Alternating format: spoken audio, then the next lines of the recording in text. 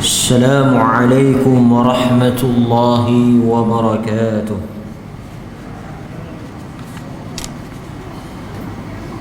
إن الحمد لله نحمده ونستعينه ونستغفره ونعوذ بالله من شرور أنفسنا ومن سيئات أعمالنا. من يهده الله فلا مضل له ومن يضلله فلا هادي له. أشهد أن لا إله إلا الله وحده لا شريك له وأشهد أن محمدا عبده ورسوله. أما بعد.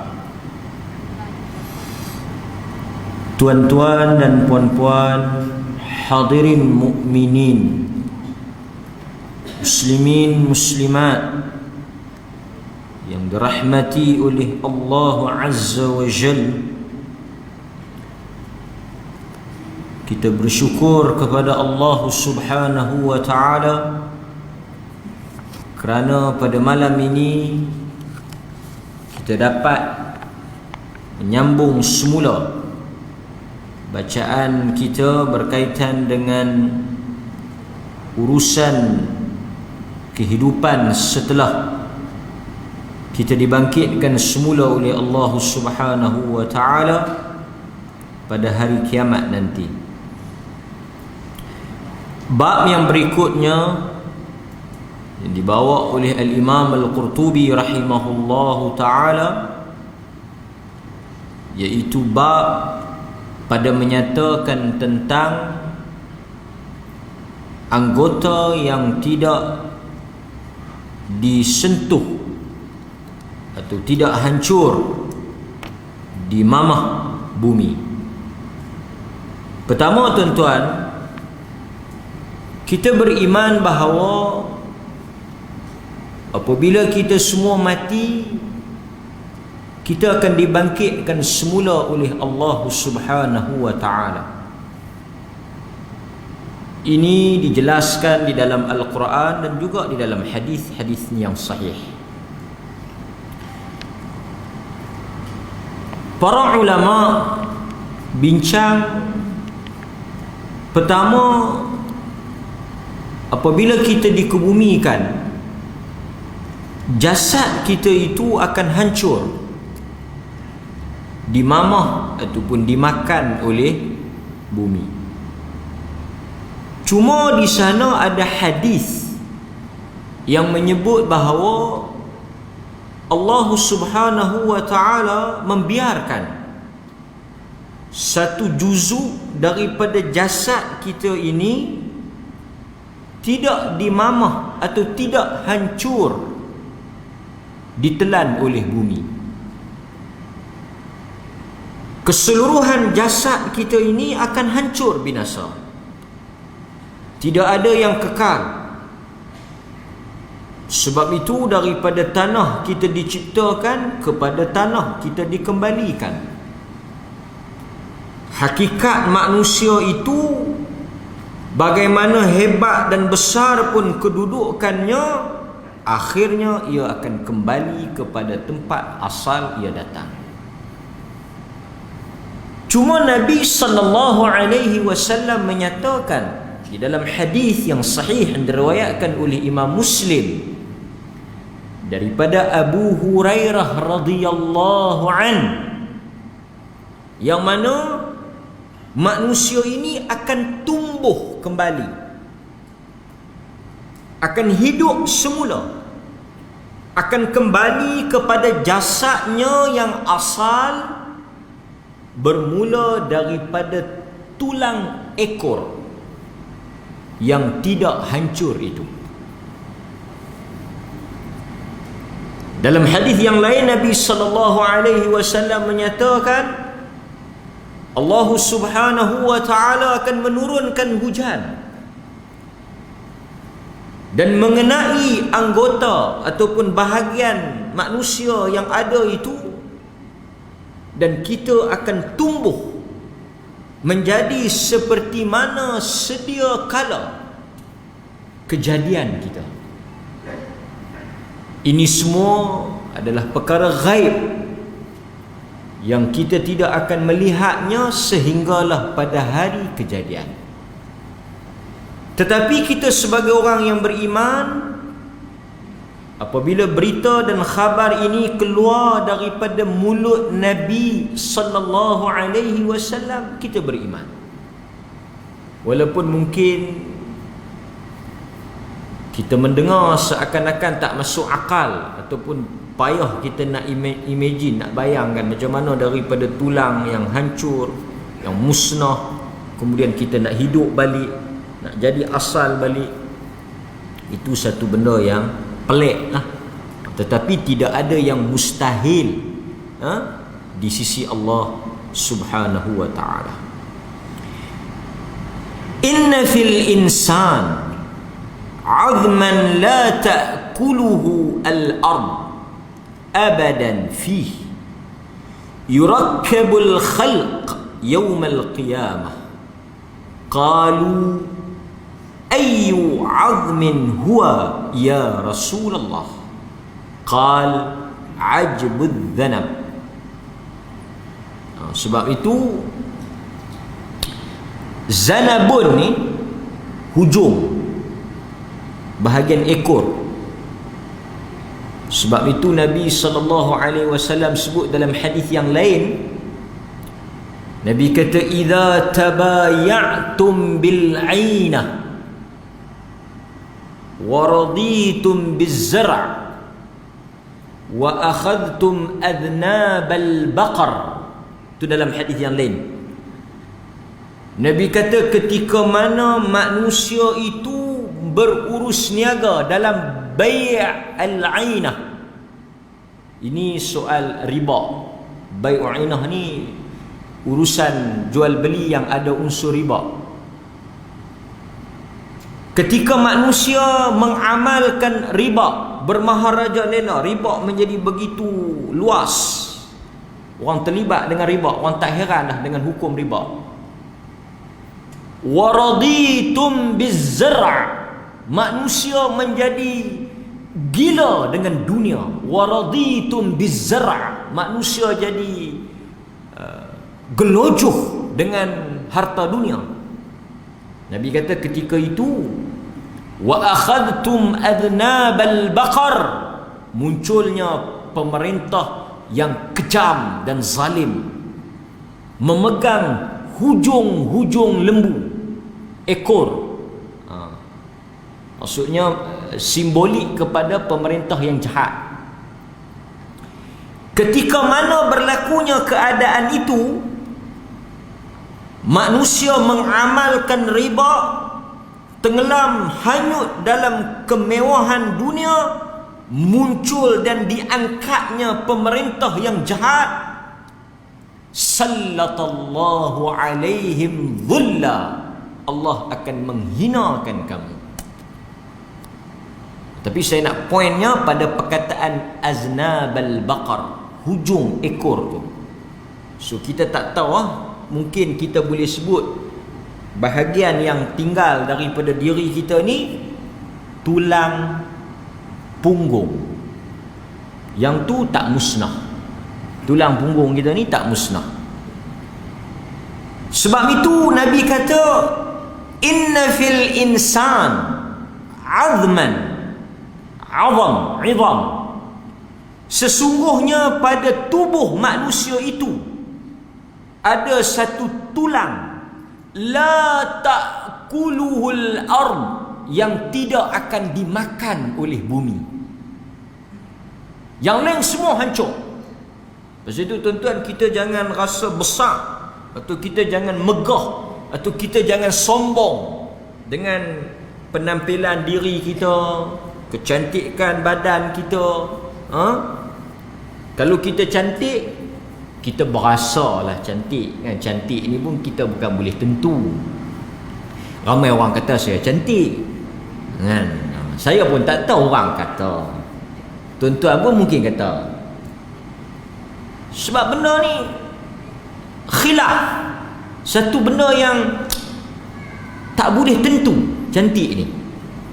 Kan? Kalau saya, tentulah saya angkat diri saya. Siapa lagi nak angkat kalau kita tak angkat? Tapi benda yang paling susah ni, angkat diri sendirilah. Betul tak? Kita pergi naik, kita payah kan? Kalau kita tak angkat, siapa nak angkat? Cantik ni macam orang tanya bini siapa cantik, kita mesti kata bini dah. Tapi saya macam inilah tuan-tuan. Cantik ke, hebat ke, akhirnya semua itu akan menjadi makanan ulat pada hari kita mati. Sebab itu tak perlulah kita nak jadi susah hati, nak runsing kalau kita gemuk ke. Tak apalah nak buat macam mana, janji sihat. Gemuk, hitam, putih, kurus, kan? Saya tanya orang Arab, mereka suka orang gemuk. Kita tak perlu jadi benda tu satu tekanan perasaan, kan? Gemuk tanda sihat, makan sedap, kan? Jadi orang yang cantik tak perlu sombong. Orang yang berasa cantik, pasal itu Quran dia kata wala tamshi fil ardi maraha. Jangan kita berjalan. Kadang-kadang ada orang bila Allah bagi kelebihan sikit, dia rasalah, dia pandang orang lain lekeh, dia rasa besar. Quran kata jangan berjalan di atas muka bumi ini dengan perasaan besar, kerana akhirnya kesombongan itu akan tersungkur di atas muka bumi. So akhirnya kita habaq semua itu akan musnah. Yurakkabul khalq yaumal qiyamah. Kemudian kata Nabi, daripada tulang itulah yurakkab, disusun semula manusia. Dia start daripada tulang itu. Dan Al-Qurtubi letak satu bab yang kita baca malam ni, kejadian semula manusia. Qalu, sahabat tanya, ayyu azmin huwa, tulang yang mana satu? Tulang rusuk ke, tulang pinggul ke, tulang belakang ke? Nabi kata ajbun zanab, tulang ekor, tulang punggung, tulang hujung tu. Yang tu tak hancur. Daripada itulah akan bangkit dan jadinya semula manusia. Okey tuan-tuan, tak perlu bincang panjang. Tulang yang mana satu, kita beriman seperti mana Nabi sebut. Dan kita semua ni ada lebih kurang 360 jenis tulang ke ataupun 360 ruas, saya pun tak pasti ya. Tapi saya nak sebut satu ya. Setelah bab ini, tuan-tuan tengok dalam kitab itu apa yang Al-Qurtubi bawa. Dan kita nak sentuh malam ni dua bab. Setelah Al-Imam Al-Qurtubi membicarakan tentang tulang yang manusia akan bangkit semula, yang akan dihidupkan semula, daripada tulang mana manusia itu akan tumbuh semula, Al-Qurtubi membicarakan tentang as-sur, sangkakala. Bab yang selepas itu Al-Imam Al-Qurtubi membawakan dalil-dalil perbahasan berkaitan dengan tiupan sangkakala. Apa mesej dia? Besar. Daripada tajuk tulang yang akan bangkit semula, daripada mana manusia itu akan dijadikan kembali, kepada bab tiupan sangkakala, Al-Imam Al-Qurtubi nak memberikan suatu mesej bahawa manusia ini tidaklah berakhir kehidupannya dengan kematian. Itulah makna kepada apa yang kita nak baca ni. Maksudnya orang-orang Islam, orang-orang yang beriman tidak menutup hidupnya dengan kematian. Kita akan bangkit semula. Ramai daripada kalangan kita yang telah mati, dan ramai daripada kalangan kita yang kehilangan ahli keluarga, kaum kerabat, sanak saudara. Kita tahu. Tetapi orang beriman, dia tidak takut kepada kematian. Yang dia bimbang bagaimana dia bersedia kehidupan setelah dibangkitkan. Mati ni benda yang kita tak boleh lari. Sebab itu ada riwayat Nabi sebut, orang yang cerdik itu lima ba'dal maut, orang yang bersiap untuk kehidupan setelah kematian. Kita orang beriman ni, kita tak fikir sangat soal mati ni. Pasal mati ni memang tak payah fikir pun, pasal dia akan mati. Contoh tak payah fikir macam mana aku nak mati, bila aku nak mati, tak payah. Dan Nabi pun tak suruh. Cuma Nabi suruh ingatkan bahawa kita akan mati. Cukup. Yang ditekankan oleh Nabi, yang diingatkan oleh Nabi, yang sepatutnya menjadi perhitungan kita adalah selepas mati tu. Bukan mati tu, selepas mati tu. Sebab berdasarkan apa yang disebut di dalam dalil-dalil yang kita akan lalu nanti, manusia itu akan bangkit kembali. Itu yang besar. Soal kematian ni memang tak elok. Tapi bila kita bangkit semula untuk kali yang kedua, ini yang kita nak bincangkan. Di dalam surah Qaf ayat 41, surah Qaf ayat 41, tuan-tuan boleh balik buka, boleh balik tengok. Allah Subhanahu wa ta'ala berfirman, dan dengarlah seruan daripada malaikat yang menyeru dari tempat yang dekat, iaitu pada hari manusia mendengar tempikan dengan sebenar-benarnya, yauma yasma'una as-sayhah bil haqq. Allah sebut dalam surah Qaf ayat 41.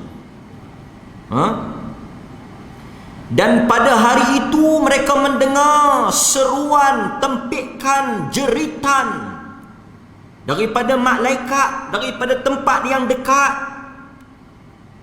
Hari apa? Hari apa, tuan-tuan? Zalika yawmal khuruj. Hari mereka akan keluar daripada kubur-kubur mereka. Hari ini yang kita takut. Quran sebut dzalika yaumal khuruj, hari di mana manusia itu akan bangkit keluar daripada kubur tempat mereka dikebumikan. Bangkit Nabi mana ni? Al-Imam Al-Qurtubi bawa pula dalil-dalil bangkitnya bagaimana. Bagaimana Nabi sebut bangkitnya dalam keadaan berbogel, tidak berkhatan, tidak berkasut. Ada yang berjalan, ada yang berkenderaan, dan ada juga yang pergi daripada kubur dengan berjalan di atas. Ada yang bangkit berjalan, ada yang bangkit naik kenderaan, ada yang bangkit daripada kubur berjalan menggunakan muka. Siapa dia? Dia bangkit daripada kubur, dia tak jalan guna kaki. Nabi SAW, mereka itu akan berjalan diseret dengan wajah-wajah mereka. Sebab itu kita kena ambil masa, tuan-tuan. Tadi saya tengok satu klip video satu ustaz terkenal. Bagus dia punya konten dia untuk kita semua. Kuliah agama ni, yang ceramah kita mari ni, kita nak dengar ilmu. Kita nak dengar ilmu. Dan tuan-tuan, bila mari duduk dalam majlis macam ni, hendaklah majlis itu menjadi majlis yang menyedarkan kita, majlis yang membuatkan kita semakin takut kepada Allah, majlis yang semakin menjadikan kita bersedia untuk mati, majlis yang menjadikan kita semakin dekat dengan sunnah, majlis yang menyentuh jiwa-jiwa kita, majlis yang menimbulkan rasa takut kepada Allah dan kiamat. Tapi kalau majlis yang kita mari itu menjadi hiburan, majlis maki orang,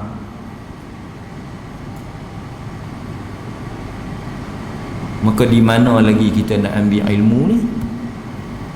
Tengok TV pun gelap, mari masjid pun gelap. Di mana lagi kita nak cari satu tempat untuk bagi kesedaran?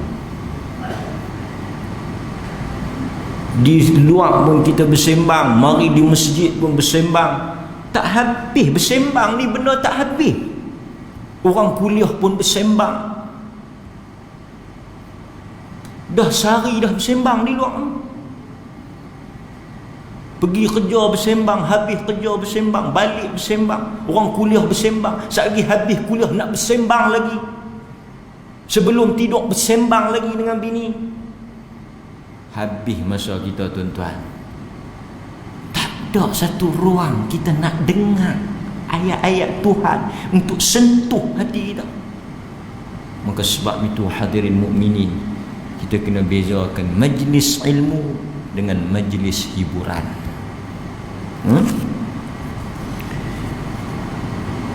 Kemudian Allah Subhanahu wa ta'ala sebut, inna nahnu nuhyi wa numit wa ilainal masir. Sesungguhnya kamilah yang menghidupkan dan mematikan, dan hanya kepada kamilah tempat kembali.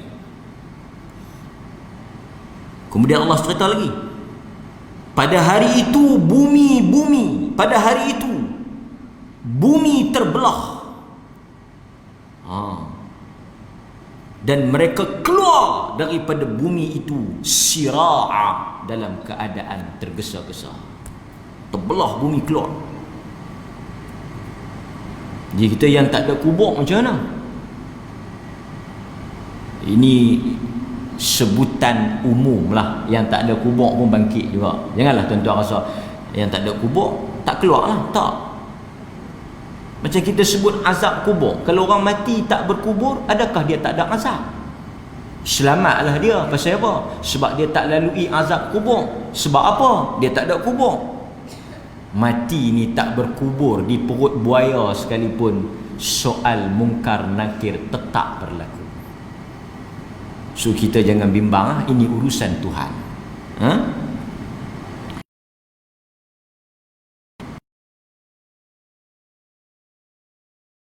Itu dengan cepat.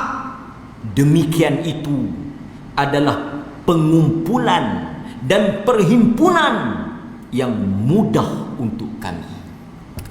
Allah kata untuk bangkitkan semula kamu dan kami kumpulkan pada suatu tempat mahsyar bukanlah urusan yang payah. Kita akan tengok nanti. Ketika itu orang-orang kafir apabila mendengar seruan ataupun panggilan malaikat tadi ni, mereka juga bangkit. Tapi mereka kata apa? Celakalah kami. Mereka mencela diri sendiri. Celakalah kami, siapakah yang membangkitkan kami daripada kubur? Mereka takut. Sebab itu di antara ungkapan orang-orang kafir dalam kubur apa? Jangan dibangkitkan kami. Sedangkan kita orang beriman, apabila dibangkitkan, ungkapan orang-orang yang beriman apabila mereka dibangkitkan dan dikeluarkan semula daripada kubur, kita akan berkata, inilah janji Tuhan yang Maha Pemurah dan benarlah kata-kata Nabi-Nya. Itu perbezaan ucapan kita dengan orang kafir. Tuan-tuan, Allah Subhanahu wa ta'ala sebut, kalau kita boleh tengok dalam surah Al-Anbiya ayat 104, Allah kata apa? Kama bada'na awwala khalqin nu'iduh wa'dan 'alaina. Sebagaimana kami memulakan ciptaan yang pertama. Kita ni daripada ada ke tak ada? Daripada tak ada. Allah cipta ada. Kan kita tengok dalam Quran cerita daripada setitis air mani menjadi segumpal darah, kemudian menjadi daging, tulang, kan? Nutfatan, alaqatan, mudghatan, iwaman, lahman. Kan proses penciptaan manusia. Quran tanya, mana yang susah? Daripada tak ada, create, bagi ada ke? Ataupun dah ada, nak bagi hidup balik? Mana yang payah? Saya bagi contoh macam ni ya. Kereta tu nak buat daripada tak ada bagi ada, kilang je boleh buat. Tapi kalau dah ada, nak repair, kata cerok orang boleh buat. So tak pelik. Sebab orang-orang kafir, dia soal tau, dia benda ni tak masuk akal. Za'amal ladhina kafaru an la yub'athu. Dan orang-orang kafir itu mereka menyangka bahawa tak mungkin, mustahil, tak boleh Allah nak berbangkitkan mereka. Tak mungkin. Sebab itu orang beriman, bila dia bercakap, dia fikir hari kemudian. Bila dia nak berjanji, dia fikir hari kemudian. Kalau kita fikir takat esok, takat lusa, banyak benda kita langgar. Ini antara benda yang Quran sebut. Kemudian Quran kata apa? Nu'iduh. Kami akan ulang semula macam mana kami buat dia dulu. Daripada tak ada, kemudian dia ada, kemudian kami akan bangkitkan semula. Dalam ayat yang lain Allah kata apa? Dahulu dia datang daripada seorang diri, dia kembali kepada kami juga dalam keadaan bersendirian. Dulu masa tuan-tuan lahir ada bini tak? Bini duk tunggu tepi katil? Ada siapa? Kita lahir ke dunia ni bersendirian. Kita balik esok dalam kubur pun bersendirian. Sebab itu tuan-tuan, kita ingatkan diri kita, tak perlulah kita bersabuk, kalut, sibuk, campur bab orang. Pasal kita tak akan ditanya tentang orang, tapi kita akan ditanya tentang diri kita. Ini nak pergi kuliah pun kuat dengan orang. Hang pi tak? Tak. Betul hang? Dah hang tak pi, aku pun tak pi. Esok bila dia mati, dia tak tanya kita, hang mati tak? Kita mari dalam keadaan bersendirian. Kita akan berdiri di hadapan Tuhan berseorangan. Kita akan jawab tentang diri kita saja. Kenapa perlu kita kait dan kita masuk dalam urusan orang? Kita nak mari mengaji, kita mainlah. Ada kita tanya kawan kita, hang semayang subuh ke tadi? Tak, aku tak mau lah, dah tak semayang. Salah satu orang kita ni, dia tak ada berdikari, dia duk kira kuat dengan orang. Ini satu sikap yang tak bagus lah. Okey. So tuan-tuan, kita tengok sikit berkaitan dengan tiupan sangkakala. Kita masuk lagi, insya-Allah. Berapa kali ditiup? Berapa kali? Khilaf di kalangan para ulama. Tapi khilaf dah tak besar lah. Sebahagian boleh kata jumhur ulama menyatakan 2 kali. Berapa kali ditiup sangkakala? As-sur, trompet. Dalam hadis dia sebut tanduk. Dia macam tanduk lah. Macam tu lah. Tapi kita tak tahulah bentuk yang sebenar. Tetapi as-sur tu, Ja'a a'rabi ila Nabi sallallahu alaihi wasallam faqal Masur. Datang satu badui. Badui ni biasalah dia jenis tanya, bukan dia kira, dia tanya ikut dia. Ja'a a'rabi. Tapi bagus juga soalan dia ni pun manfaat juga untuk kita. Datanglah seorang Arab badui. Dia kurang macam orang asli kita lah kan, orang hulu. Dia kata, ya Rasulullah, Masur. Yang dikatakan as-sur tu yang kita terjemah sangkakala tu, apa dia? Dia kata ma as-sur. Apa dia tu as-sur? Qal qarnun. Qarni. Qarnun. Apa makna qarnun? Tanduk. Sebab itu tuan-tuan dengar tak? Ada orang nama apa? Orang yang mempunyai 2 tanduk. Siapa dia? Zulqarnain.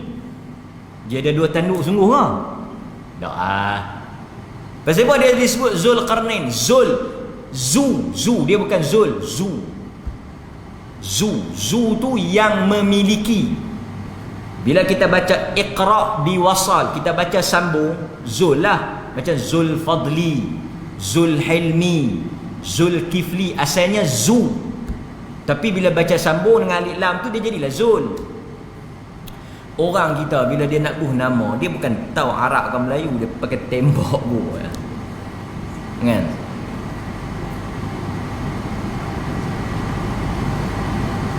Yang duk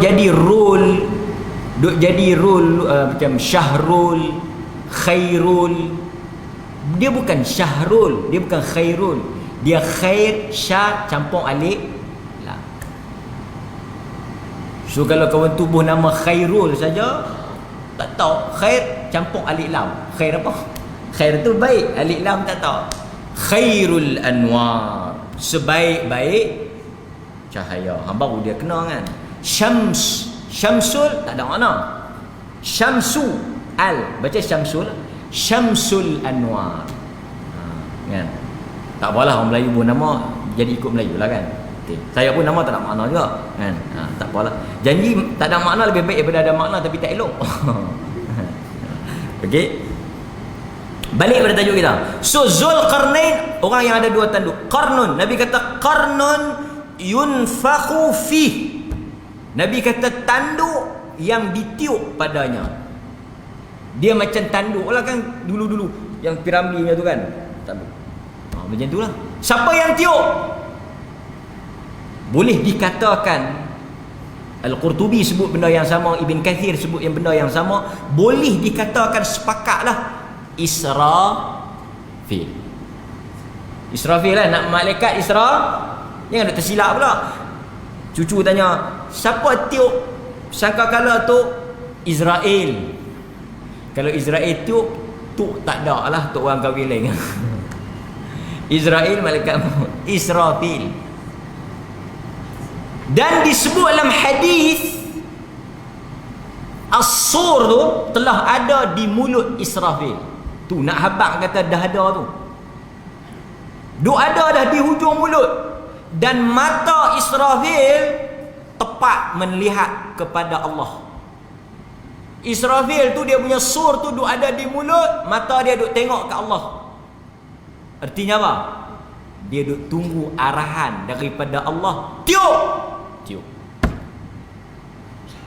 Yang kita duk rasa lambat, duk rasa lama, duk buat tak apa saja, duk relax. Quran kata innahum yarawnahu ba'ida wa narahu qariba.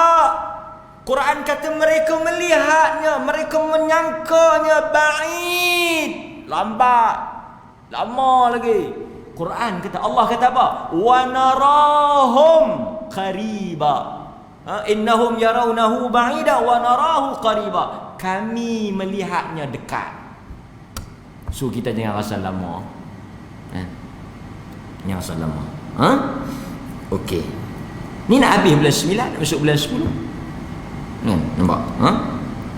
Okey. So yang dikatakan sebagai as-sur tu macam tanduk, qarnun, macam tanduk, kan? Quran sebut lagi. Dalam surah An-Naml, surah semut, An-Naml ayat 87. Dan ingatlah pada hari ditiupnya sangkakala. Hari ditiup tu, masa tu dia jadi macam mana situasi dia? Fafazi'a man fis samawati wa man fil ard. Quran kata terkejut. Fafazi'a, terkejut. Al-faz'u. Pada hari tu tuan-tuan, dia cerita, Nabi cerita terkejut. Quran sebut apa? Dahsyat hari tu. Tapi masa sebelum tiup tu, keadaan macam mana? Orang tahu tak? Orang tak tahu. Dan pagi masa sebelum ditiup tu, hari nak tiup tu, orang dah buat apa? Tuan-tuan bisa dengar? Bagus tuan-tuan tak dengar kan? Kalau dah dengar, rugilah saya nak macam ceramah. Oh ni tahu dah. Bagus tuan-tuan tak tahu banyak, tak apa. Model saya pun banyak. Hari nak tiup, hari the day tu, hari kejadian tu, manusia duduk dia merkik lagi. Merkik tau merkik? Duduk di pasar lagi. Duduk buat apa? Duduk tawar menawar lagi, duduk menega macam biasa. Tu yang kata terkejut tu. Hari kejadian, hari wa yauma yunfakhu fis-sur, pada hari kami memerintahkan Israfil untuk tiup sangkakala. Hari tu manusia di pasar, duk buat apa? Duk berjual beli, duk minta korang lagi, tawar menawar, tak ada rasa apa, tak ada tanda. Sebab itu bila ditiup, fafazi'a, manusia jadi terkejut, semua langgut dongak tengok ke langit. Tu hari kejadian tu. Azan tu, saya dah sambung. Lepas dah tiup tu, manusia dan tak beli. Pasal tadi duk tawar. Kan? Wallahu ta'ala a'lam. Kita bagi laluan kepada azan.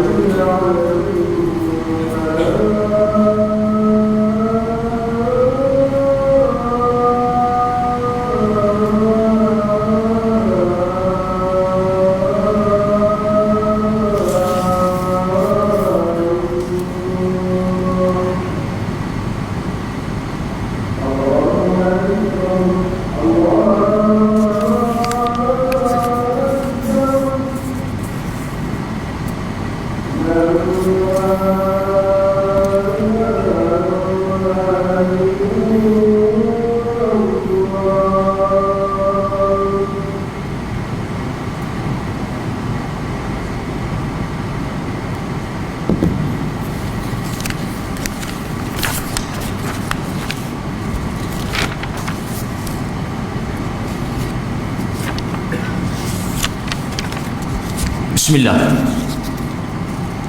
Ayat An-Naml 87 ni menyebabkan sebahagian ulama berpecah kepada dua bahagian ataupun dua puak. Dia ada dua firqah ataupun dua mazhab. Ini saya sebut sebagai ilmu lah. Jumhur majoriti kata dua kali. Satu, tiup yang pertama, tiupan menghancurkan alam ni. Maksudnya tiup yang pertama tu manusia terkejut, hancur dan mati. Dia sekali. Second kali yang kedua nak tiup tu, yang tu dia panggil tiupan al-ba'ts. Tiup kali kedua untuk apa? Tiup kali kedua untuk apa? Untuk bangkit semula. So berapa kali tiup? Dua. Tetapi sebahagian ulama, kumpulan yang kedua, dia kata 3 kali tiup. Satu, first tiup yang menyebabkan al-faz'u, kejutan. Ibn Kathir kata, ketika mana terkejut itu, manusia sedang berurus niaga di pasar. Mereka sedang berjual beli dan meneruskan kehidupan seperti biasa.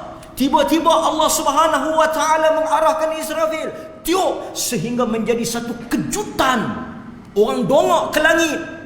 Dan tuan-tuan, ketika itulah yang kita baca dalam Quran, yang menyusu akan buat apa?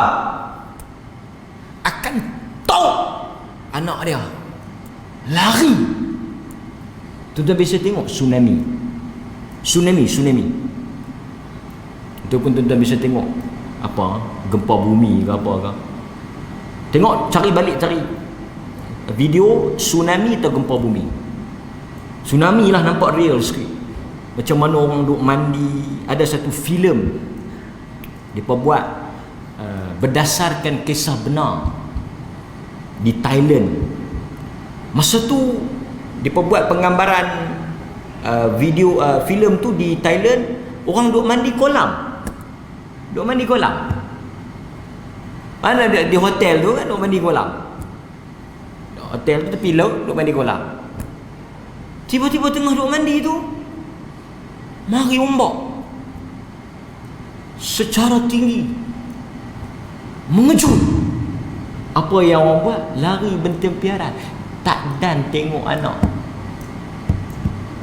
Pasal tu Quran kata yang sedang menyusu, campak, tahu. Tuan-tuan, kata para ahli tafsir, ini satu gambaran yang sangat menggerunkan, kerana tak mungkin dan tak ada sebab dan tak ada benda yang boleh memisahkan antara ibu dengan anak ketika menyusu, melainkan benda yang sangat mengejutkan. Tuan-tuan boleh imagine tak? Satu mak tengah duk susu, duk tak duk dia pergi lempar.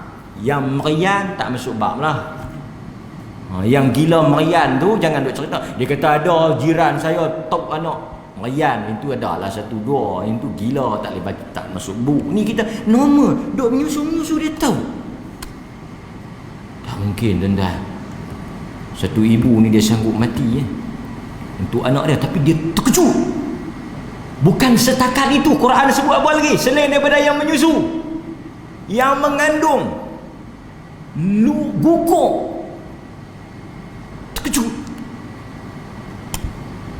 Dan Quran sebut, tuan-tuan, Quran sebut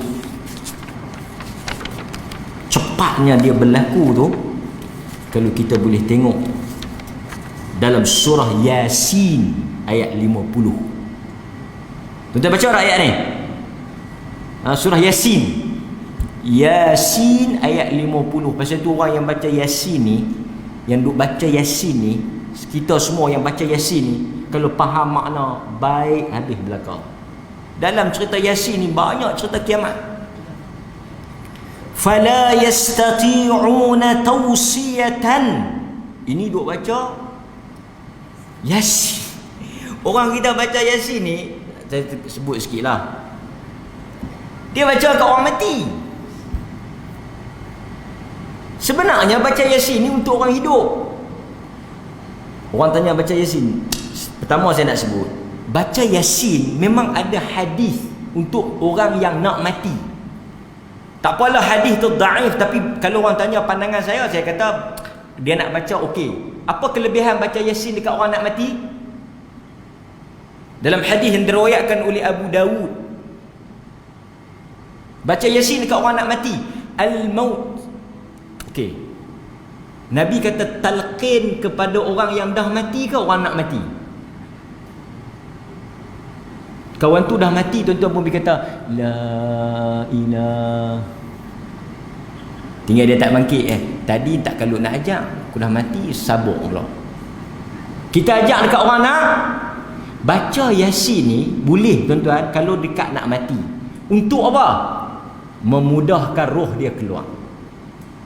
Sebab itu saya kalau orang baca Yasin tepi orang nazak, perbuatan itu diterima kerana ada sandaran, dan mudah-mudahan keberkatan Quran tu memudahkan roh dia keluar. Okey, not a big deal lah, bukan benda besar lah baca Yasin tepi orang nazak ni. Tapi dalam Yasin, dalam surah Yasin, tuan-tuan bisa jumpa tak ayat ni? Yasin kata, dalam Yasin liyundhira man kana. Bisa jumpa tak? Kau tak baca Yasin? Kami tak baca Yasin, kami Kahfi. Betul lah, Kahfi. Dalam Yasin dia kata liyundhira man kana hayyan. Sesungguhnya liyundhira man kana, di Quran keseluruhannya ini untuk memberikan peringatan kepada siapa? Hayyan, orang yang hidup. Tak apalah, baca Yasin. Dalam Yasin dia kata apa? Fala yastati'una tawsiyatan wala ila ahlihim. Ketika berlakunya tempikan asur tu, manusia tak sempat nak pesan apa pun. Tu dia punya kelang kabut, huru hara. Pasal itu dia sebut hari huru hara.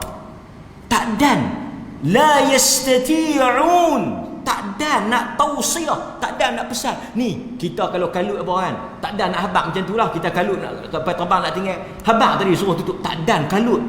Dahsyatnya hari itu tak dan. Bukan setakat itu, yang duduk di pasar tadi ni dan tak balik. Wala ila ahlihim yarji'un.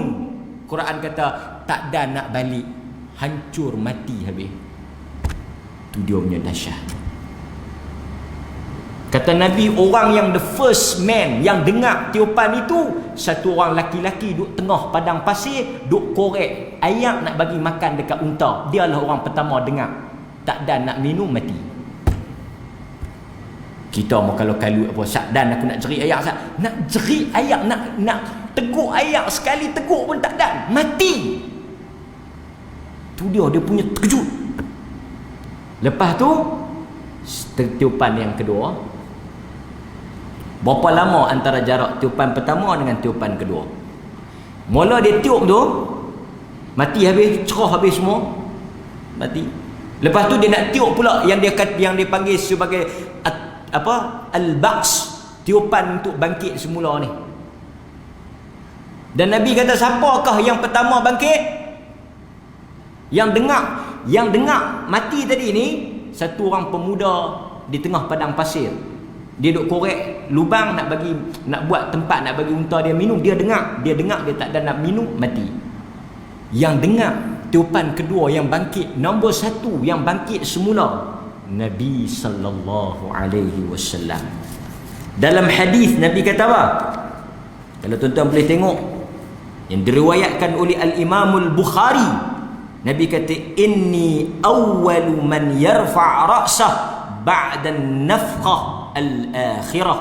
Akulah orang pertama yang akan mendongak kepala ke langit setelah tiupan yang terakhir. Maksudnya Nabi yang akan bangkit dulu, the first manusia yang bangkit dulu Nabi. Lepas tu diikuti oleh kita semua lah. Boleh? Berapa lama period time antara gap antara tiupan pertama dengan tiupan kedua? Disebut di dalam hadis daripada Abu Hurairah radhiyallahu an, yang diriwayatkan oleh Al-Bukhari dan Muslim. Berapa lama tuan-tuan? Bisa dengar tak? Tiupan yang pertama dengan tiupan yang kedua. Arba'un, 40. 40 apa? Mari kita tengok. Ma bainan nafkhatain arba'un. Di antara dua tiupan itu, tiupan yang pertama dengan tiupan yang kedua. Dalil ni pun kuat menunjukkan 2 kali ya tiup. 2 kali tiup. Qal Abu Hurairah kata, Nabi sebut di antara tiupan yang pertama an-nafkh dengan tiupan yang kedua, kata nafkhatain 2. Arba'un, 40. Arba'una yauman. 40 apa Abu Hurairah? 40 hari? Yauman? Abait.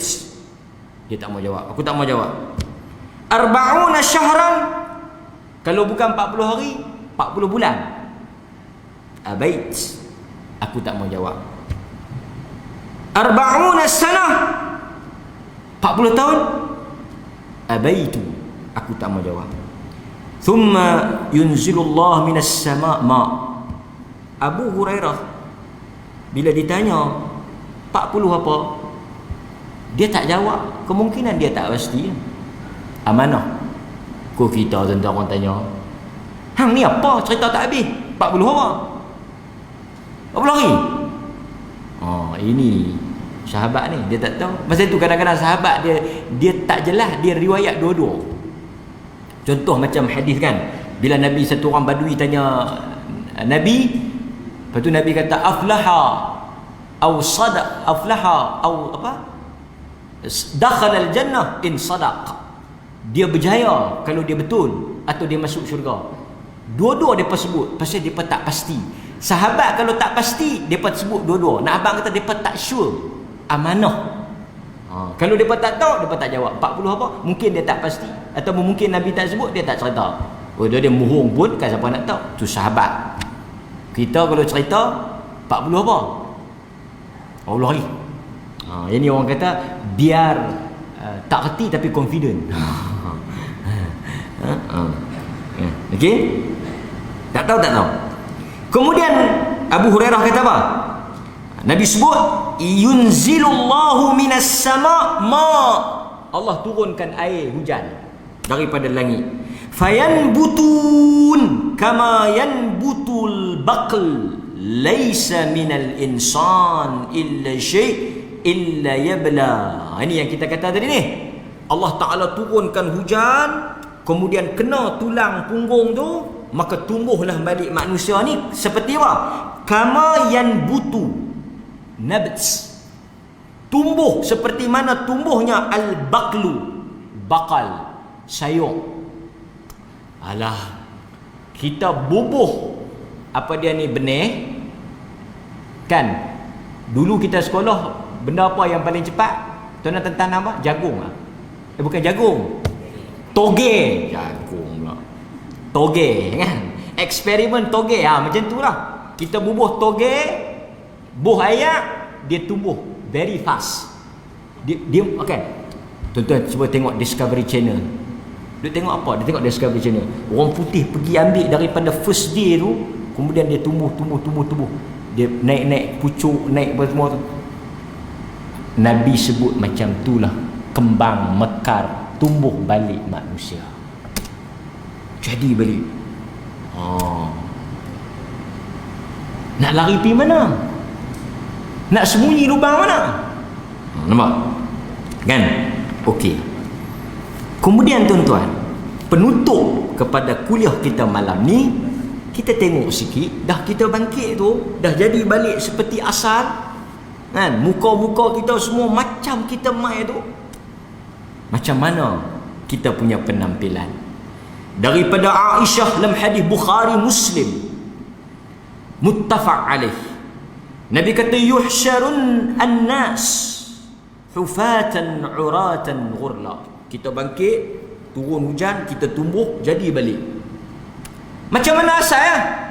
Tuan-tuan keluar daripada perut mak pakai baju lah. Dia berkata dikangak. Pergi tengok, awak, kawan tu beranak, anak kaki ayam. Tapi orang. Memang kaki ayam lah, tak pakai kasut. Kita duk ingat kau kaki ayam semua kan, pelik. Mungkin mak dia orang kahwin dengan ayam ke apa kan. Tapi kita telanjang bogel. Macam mana kita keluar daripada perut mak kita dalam keadaan berbogel, macam itulah kita bangkit semula. Kita mari seorang, mari berbogel. Itulah keadaan kita, tuan-tuan. Hari yang tak ada mak ayah, hari tak ada kawan, hari tak ada geng, hari tak ada kumpulan. Hari itu kan Nabi kata bukan sahaja mereka itu tidak berkasut, urah, telanjang, bogel, ghurla, dan masih berkulup. Ini tak berkhatan. Macam kita lahir. Sebab itu semua yang lahir tidak berkhatan. Ar-rijal wan nisa jami'an yanzuru ba'duhum ila ba'd. Adakah lelaki dan manusia lawan duk tengok ya Rasulullah? Semua bangkit, semua bogel. Laki bogel, perempuan bogel. Dan orang pertama yang akan dipakaikan baju, Nabi SAW kata Nabi Allah Ibrahim AS. Dan kita pun akan ada juga pakaian-pakaian kita, tapi di padang mahsyar lah. Kan? Okey. Adakah lelaki dan wanita saling yang zuru ba'duhum ila ba'd, duk lawan tengok hang aku? Nabi kata al-amru ashad an yuhimmahum dhalik. Nabi kata Aisyah, hari kita bangkit itu manusia sudah tidak tengok dan tidak peduli lagi orang lain. Tu dahsyat dari itu. Nabi kata al-amru ashad. Tuan-tuan boleh imagine hari kita tak tengok orang. Lah ni bukan kita telanjang, tak telanjang pun kita kalau duk tengok. Macam kita duduk dalam masjid, satu pun lewat masbuk masuk, semua pakat tengok dia. Kan telanjang pun pakai baju pun kalut macam. Tapi hari ni orang tak tengok. Kerana apa? Ayyuhimmahum zak. Kerana masing-masing duk fikir apa yang akan berlaku pada diri masing-masing. Kan? Kemudian tuan-tuan, manusia akan dibangkitkan yang pertama tadi kita sebut yang pakai baju Nabi Allah Ibrahim. Ada riwayat yang kata kita akan dibangkitkan dengan pakaian yang kita pakai masa mati. Ada riwayat. Maksudnya kita akan bangkit dengan pakaian yang kita mati. Berdasarkan riwayat, dafana umma Mu'az. Sahabat kata kami mengebumikan, mengkafankan mak Mu'az bin Jabal.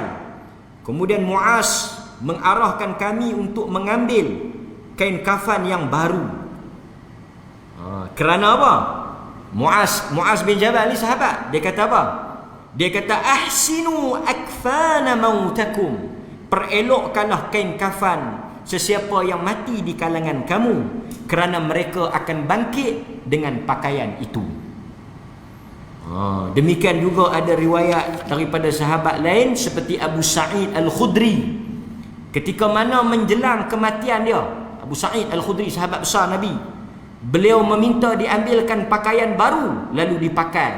Kata Abu Sa'id, aku mendengar Nabi SAW bersabda, mayat akan dibangkitkan menggunakan pakaian yang dipakai ketika mati. Tapi jangan duk pakai baju batik pula, baju Melayu pula. Kan? Ada riwayat sahabat, asar, perkataan sahabat. Kan? Kita akan bangkit. Tapi asalnya kita akan dalam keadaan telanjang. Telanjang. Okey. Kemudian saya nak sebut lagi, last, tentang kita bangkit dalam keadaan berjalan kaki, ada yang berkenderaan, yang paling dahsyat 3. Jalan kaki, naik kenderaan. Ni nak pergi mana ni? Orang utara kata Yung. Kita nak heret ramai-ramai pergi padang mahsyar. Nak bertemu dengan Allah. Yauma yaqumun nas li rabbil alamin. Pada hari manusia bangkit berdiri di hadapan Tuhan. Yang paling kita minta berlindung dan kita takut minta Allah selamatkan kita, kata Nabi, wa tujarruna ala wujuhikum, dan ada yang diseret di atas wajah-wajah mereka. Hadis Tirmizi. Dalam riwayat yang lain daripada Anas bin Malik, Nabi kata yuhsyarul kafir ala wajhi akan diheret orang kafir itu dengan muka di bawah, kaki di atas.